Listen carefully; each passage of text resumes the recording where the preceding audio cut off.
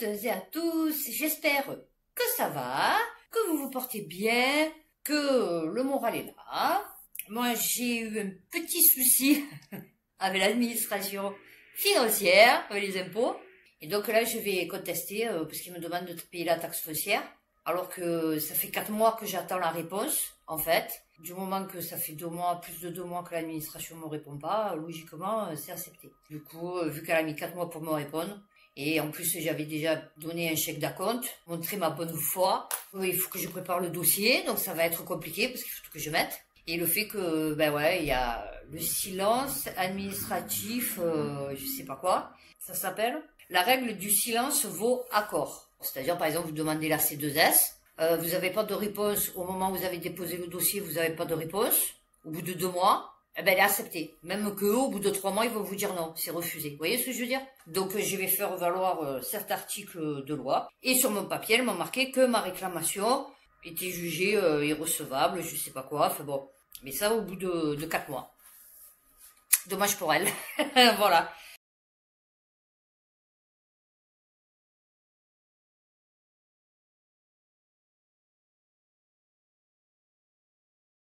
Comment? Elle me dit c'est refusé parce que, soi-disant, mes revenus dépassent le montant de ma taxe foncière.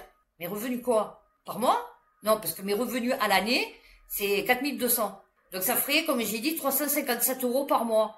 Donc oui, effectivement, je peux pas payer. Enfin, je veux dire, voilà. Donc si il faut être en dessous de 1315 sur l'année, oui, carrément, ne fais pas ce plafonnement. Enfin, ça sert à rien de faire toutes ces démarches et tout, tu vois. Voilà. En ce moment, à Marseille, c'est chaud, bouillant. Non, c'est chaud bouillant. J'ai une vidéo, un truc de fou. Non, qui s'est passé en face de chez moi. Donc là, on est le 25, donc le 24 au soir. Donc c'est celle que j'ai sortie, vous savez, en short, on va dire. Hein, je vais la mettre en vidéo finale, puisque du coup, j'ai les vidéos, puisque ça s'est passé en face de chez moi. Voilà. Non, mais ça va, c'est sûr. La Belle de Mai, c'est tranquille. Non, la Belle de Mai, c'est super tranquille. Non, vous pouvez pas savoir, c'est paisible. Il n'y a pas de bruit. Pas un bruit. C'est propre. Oh, mon Dieu, qu'est-ce que c'est propre. Vous pouvez pas savoir comme c'est propre. Franchement, il n'y a pas d'agression. Non, ça craint pas, il n'y a pas de vol. Bon, ma voiture m'a jamais cassé la fenêtre. Hein, pour rien me prendre, en fait. On m'a pas essayé non plus de me voler les rétroviseurs de mon scooter. Non, ça va, non, franchement, c'est tranquille, la Belle de Mai. Non, ça tire pas, ça se prend pas coup de couteau. Non, pas du tout. Donc voilà, je finirai par ça. Et là, donc, du coup, on va aller du plus léger au plus costaud. Comme ça, au moins... Non, parce que si je commence par le plus costaud, c'est con, parce que les gens ils vont regarder que déjà, il n'y en a pas beaucoup.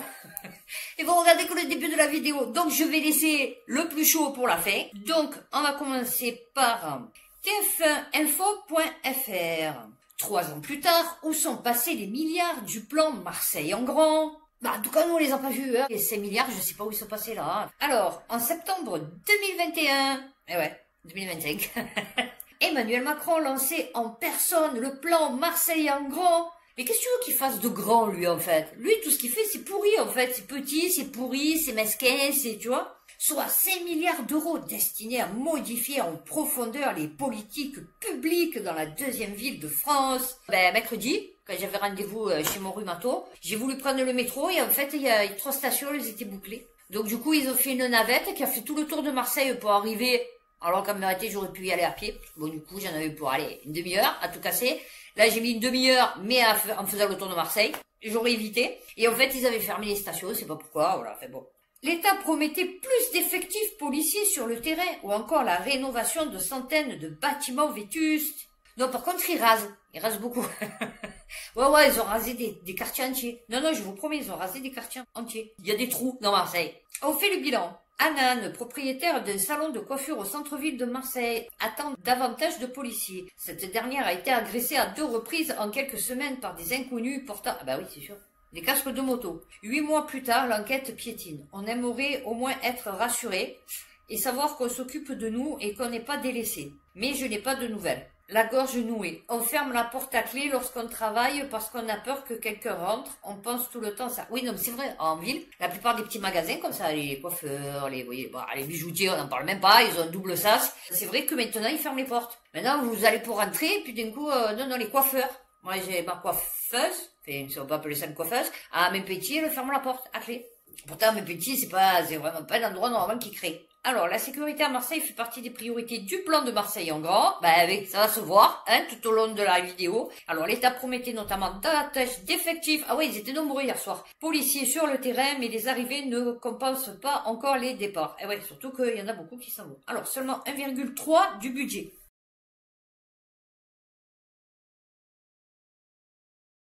Dans les quartiers nord, par exemple, un cabinet médical réclame de l'aide après l'agression d'un généraliste tabassé pour ne pas avoir rempli une ordonnance de complaisance.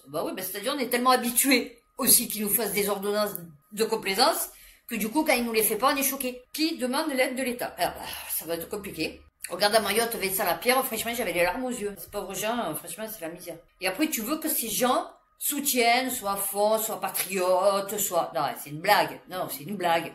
Aujourd'hui, j'ai dû investir dans un système de vidéosurveillance. Alors, une dizaine de bâtiments vétustes sur 150 mètres. Ah ouais, c'est ça? Alors, qu'en est-il de la rénovation de centaines de bâtiments vétustes dans une rue du centre? Ah oui, mais il n'y a pas que le centre. Nos équipes en observent une dizaine ayant urgemment besoin d'une réhabilitation. Comment expliquer le retard sur ces chantiers alors que des crédits sont émis? Marseille en gras est en réalité un millefeuille administratif. Allez, pas possible. Puis alors, s'ils sont aussi compétents que ceux du centre des finances, je vais te dire, qui m'ont écrit, c'est compliqué. On a oublié de dire qui fait quoi et où, et on va où. C'est flou. Et ouais, il y a tout qui est flou avec eux. Alors, en revanche, partout dans la ville, les chantiers d'écoles se multiplient. Non, ça, c'est vrai que franchement, ils ont construit des écoles et des cités universitaires. Oui, non, ils ont construit ce plaît. Ça, pour ça, il n'y a pas de souci. Non, au moins, dire ce qui est, quoi. C'était urgent de faire les travaux parce que les quartiers nord ont été délaissés pendant des décennies. Il n'y a pas que les nord. Pour faire progresser les dossiers du logement ou encore de l'insécurité, Sabrina Agresti-Roubache, ancienne secrétaire d'État chargée de la citoyenneté et de la ville, on appelle aux acteurs locaux. Il faut que les élus locaux fassent le job. Oui, il va falloir que tout le monde travaille ensemble. Ça va être compliqué.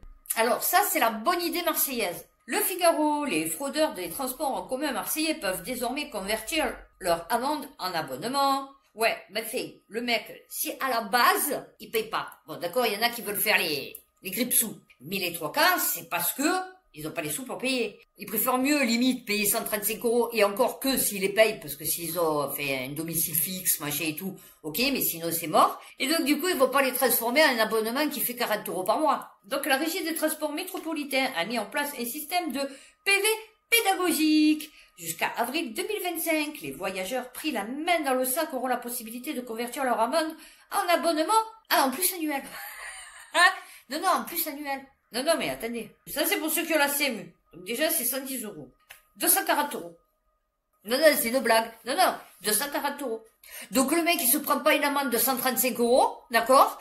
Mais il va falloir qu'il paye 240 € un pass annuel. Il a pas le choix. Il faut qu'il prenne un pass annuel. Sinon, on lui enlève pas l'amende. Le mec, il préfère mieux payer 135 €, je t'explique. C'est pas logique. Tu fais un abonnement spécial fraudeur, alors, tu vois, au moins le mec, tu le fais pas payer 135 €, mais, 240 €, tu lui fais payer 135 € son passe. Non, là, il est obligé de prendre un pass annuel, à 240 €. Non, mais un truc de fou. Le concept a de quoi faire sourire, mais il pourrait faire ses preuves. Vachement, ouais. 100 €. Je croyais que c'était 135, vous voyez, je suis tellement focalisé sur les amendes Covid, moi. Leur PV est de 100 €. Donc, c'est-à-dire, au lieu de payer 100 €, ils vont payer 240 €, un pass annuel.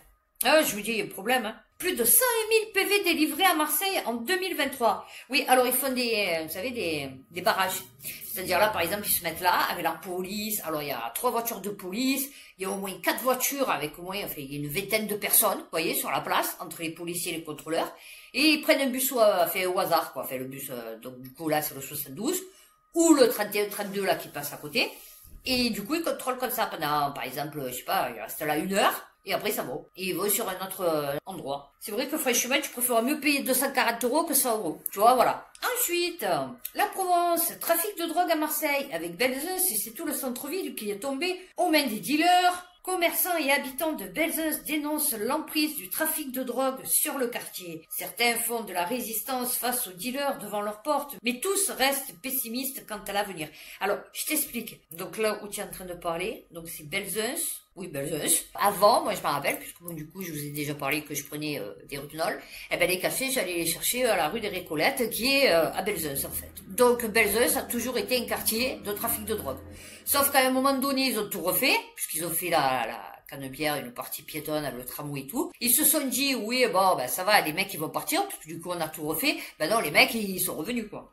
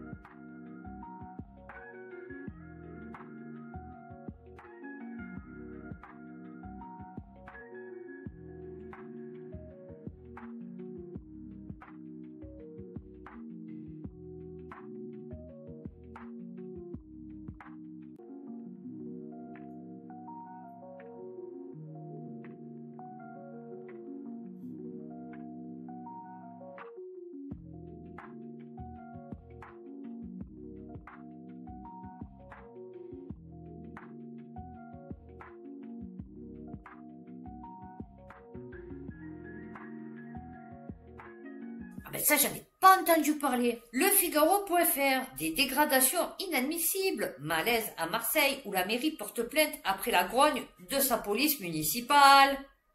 C'est compliqué, ça devient compliqué, ça devient très compliqué. Alors que la municipalité entend porter à 800 le nombre d'agents d'ici à 2026, des disparités de rémunération sèment la discorde dans les rangs des policiers municipaux. Une manifestation devant l'hôtel de ville a même dégénéré. L'image a fait parler. Ah bon? Une cinquantaine d'agents de la police municipale pénétrant de force dans l'enceinte de l'hôtel. Voilà! Ville de la cité phocéenne, le tout saupoudré d'insultes à destination du maire de Marseille, Benoît Payan.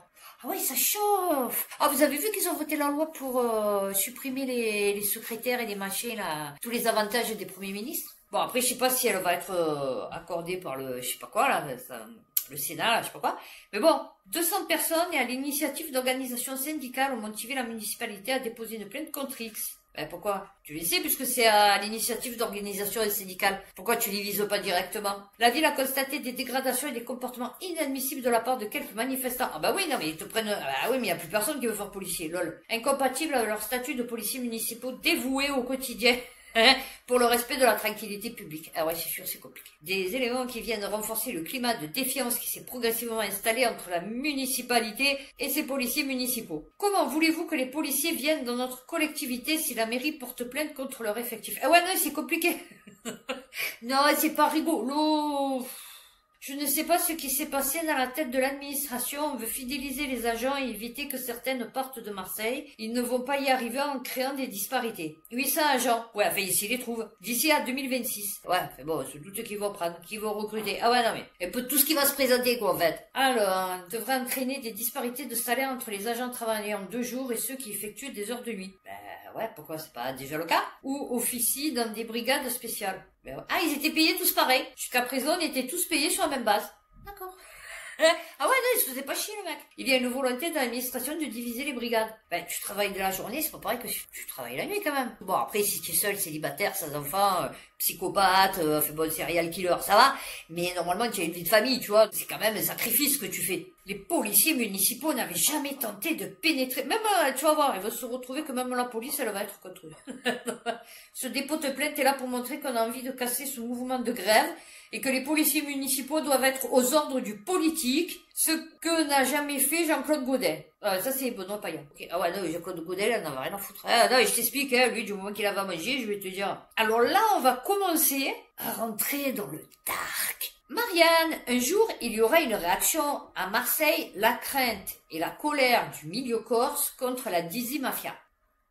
Je sais pas de quoi parle l'article, mais le milieu corse contre la Dizzy Mafia, ça va être violent à Marseille, hein, s'ils se mettent... Non, parce que là, on les entend pas, le milieu corse, tu vois, ils font petits, du coup, on n'a plus de problème avec la Corse, c'est façon de parler, parce que la Dizzy Mafia, elle rigole pas, et le milieu corse, il rigole pas non plus. Alors, l'hyperviolence de la Dizzy Mafia, un groupe de narcotrafiquants. Ah oui, maintenant c'est des narcotrafiquants. Aujourd'hui hégémonique à Marseille, n'inquiète pas seulement la police et la justice, les voyous corses qui ont des intérêts dans la cité phocéenne également. L'un d'eux s'est confié à Marianne. Oula, la nouvelle a fait le tour de la Corse en un rien de temps. Corse Matin révèle que Yacine Akazan, 36 ans, originaire de Propriano, a été extrait une semaine plus tôt de la prison de Pontet dans le Vaucluse pour être entendu dans le cadre d'un dossier portant sur des faits d'extorsion. À la sortie de sa garde à vue, il était mis en examen aux côtés d'une vingtaine de personnes considérées comme des membres de la Dizzy Mafia. Selon Le Monde, Yacine Akazan officiait comme booker pour le compte d'un groupe de narcotrafiquants marseillais chargé entre autres de négocier avec des patrons de discothèques de la région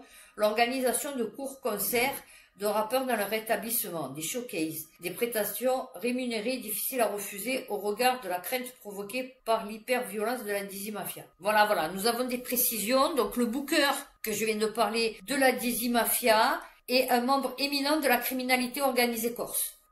Le gang de narcotrafiquants marseillais s'étend et se diversifie. Des échanges entre le milieu corse et les membres de... Ah, moi je croyais qu'ils étaient contre. Enfin, l'un contre l'autre. Non, ils se sont... D'accord. Ok, y a pas de souci.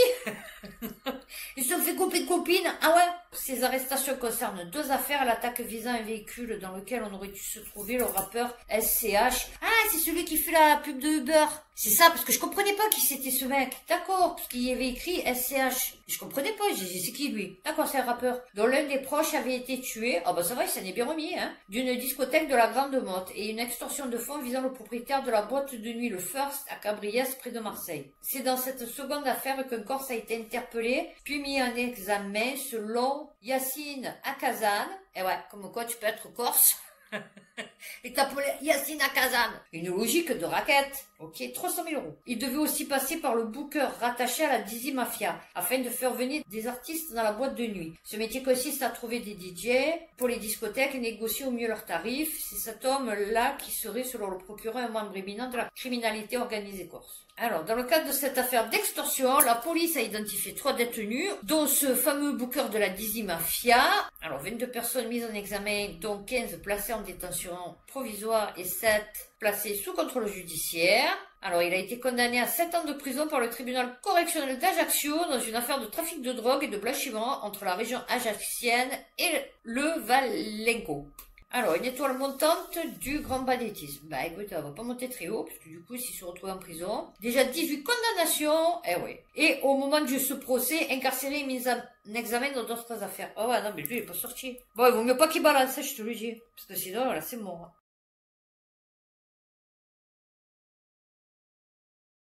C'est chaud. Alors, normalement, j'ai pas de brève cette fois-ci, parce que franchement, j'en ai des trucs. Lefigaro.fr.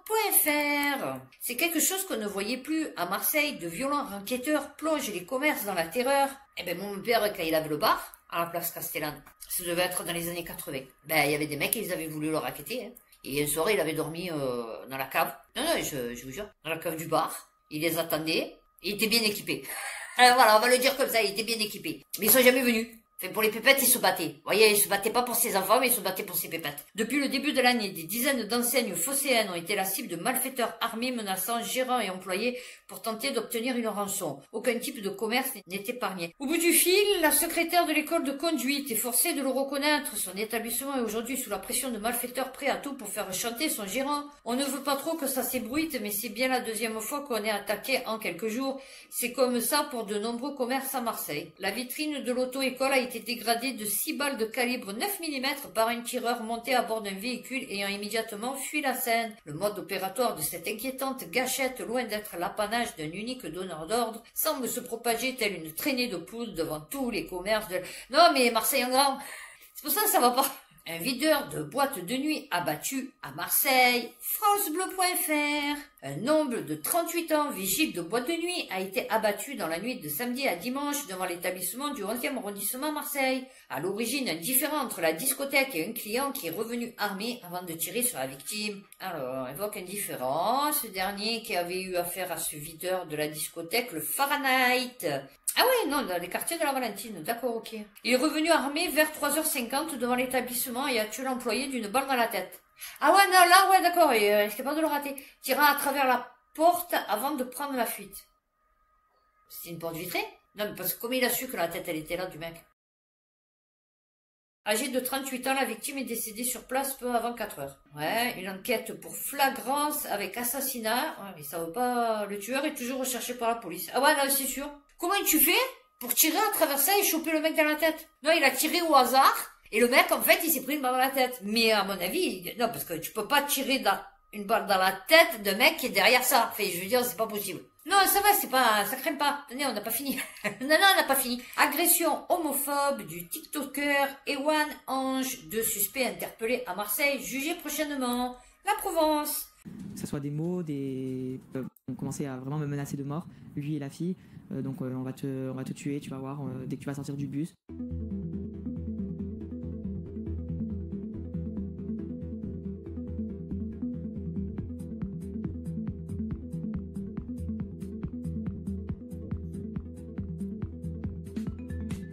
J'ai subi une agression dans le bus 4 à la Valentine, sur les coups de 19h30 samedi. Du coup, j'étais avec mon ami, on s'est assis dans le bus et derrière il y avait 3 individus.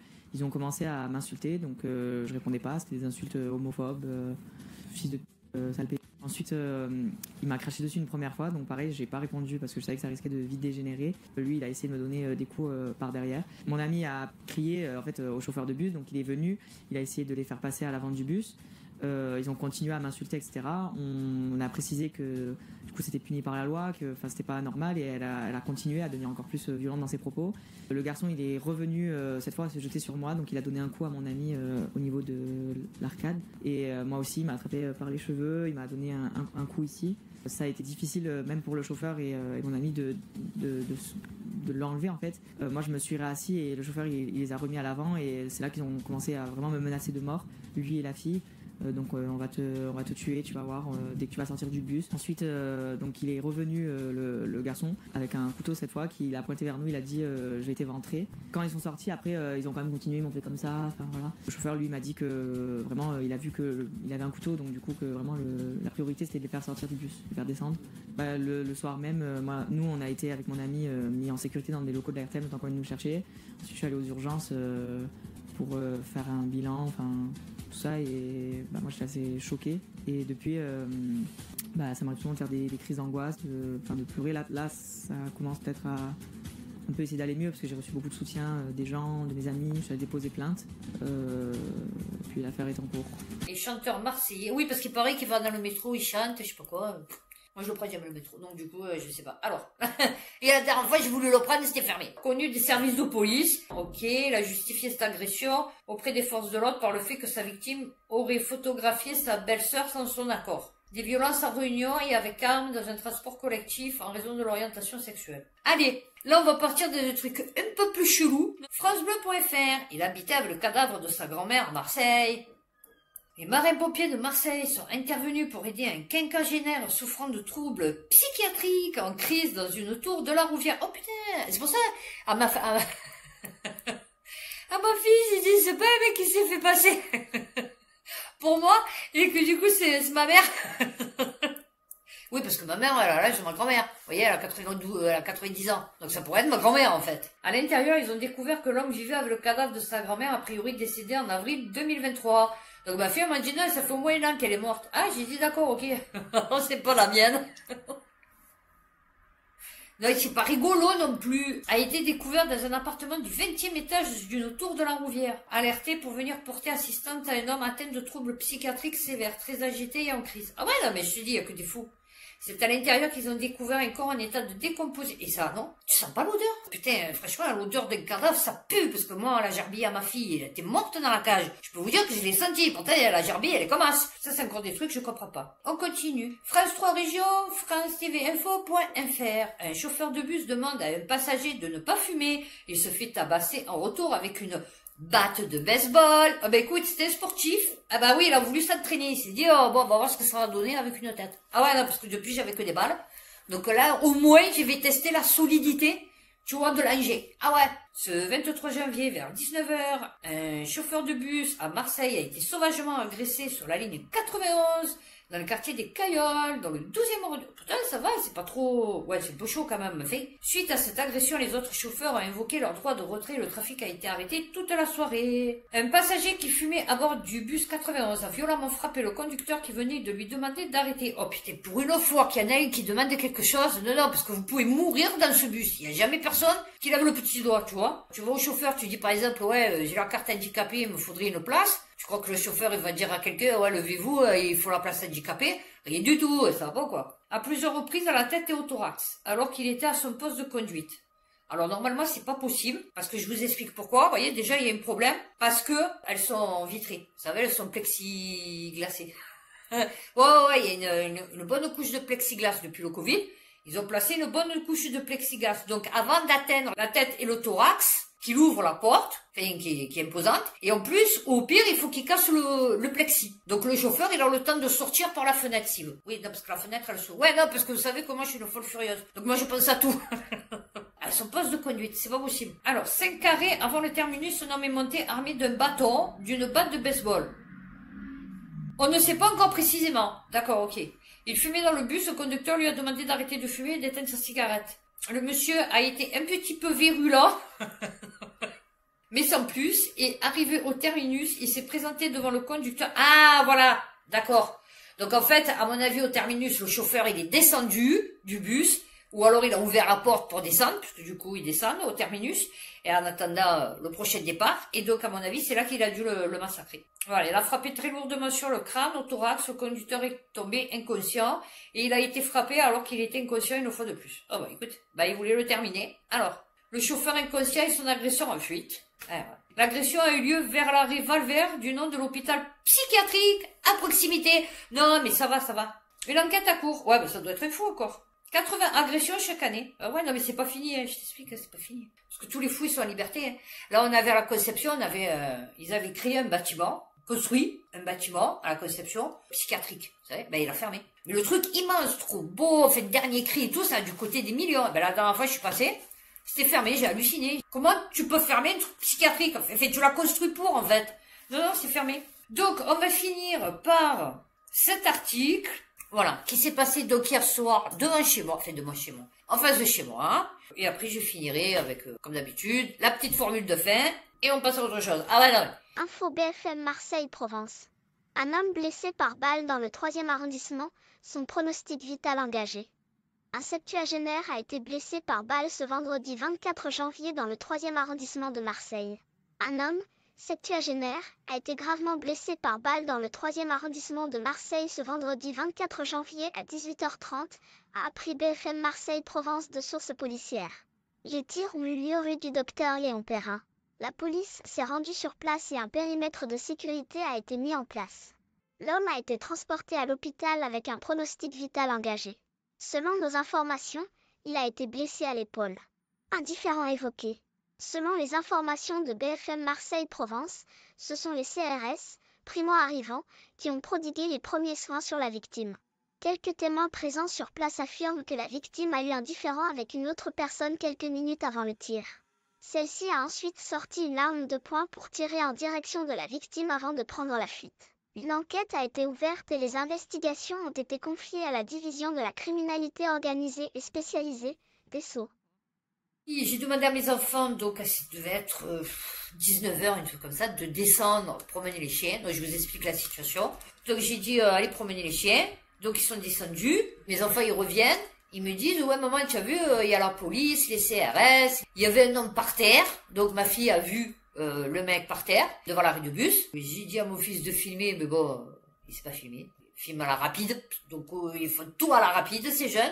Et donc il m'a filmé à la rapide. Moi j'ai essayé de filmer, mais mon téléphone il est dégueulasse, donc c'est pour ça que vous voyez un peu flou, parce que le focus a du mal à se faire. Donc ils avaient tout fermé avec les mitraillettes. Alors ils cherchaient, je sais pas quoi, derrière les voitures et tout. Ils ont cherché au moins pendant bien 1 heure. Il y avait à peu près une vingtaine de policiers avec 3 camions de CRS. Il y avait aussi le camion de trucs robotisés. Donc je sais pas, alors, au début on croyait que c'était un truc genre alerte à la bombe et tout, et en fait pas du tout. Donc je sais pas trop, pourquoi ils ont envoyé tout ça pour juste un mec qui s'est fait tirer dessus quoi. Enfin, je veux dire, tu n'as pas besoin de 3 voitures de CRS, 4 voitures de Condé, 20 personnes qui cherchent je sais pas quoi, là où il est mort. Non, c'est bien, c'est bien, c'est bien. On a des meurtriers en puissance qui, voilà, qui circulent dans nos rues, tranquilles, des fous, des meurtriers, des serial killers, des violeurs, des schizophrènes, des... Bon, enfin, vive la France. Voilà.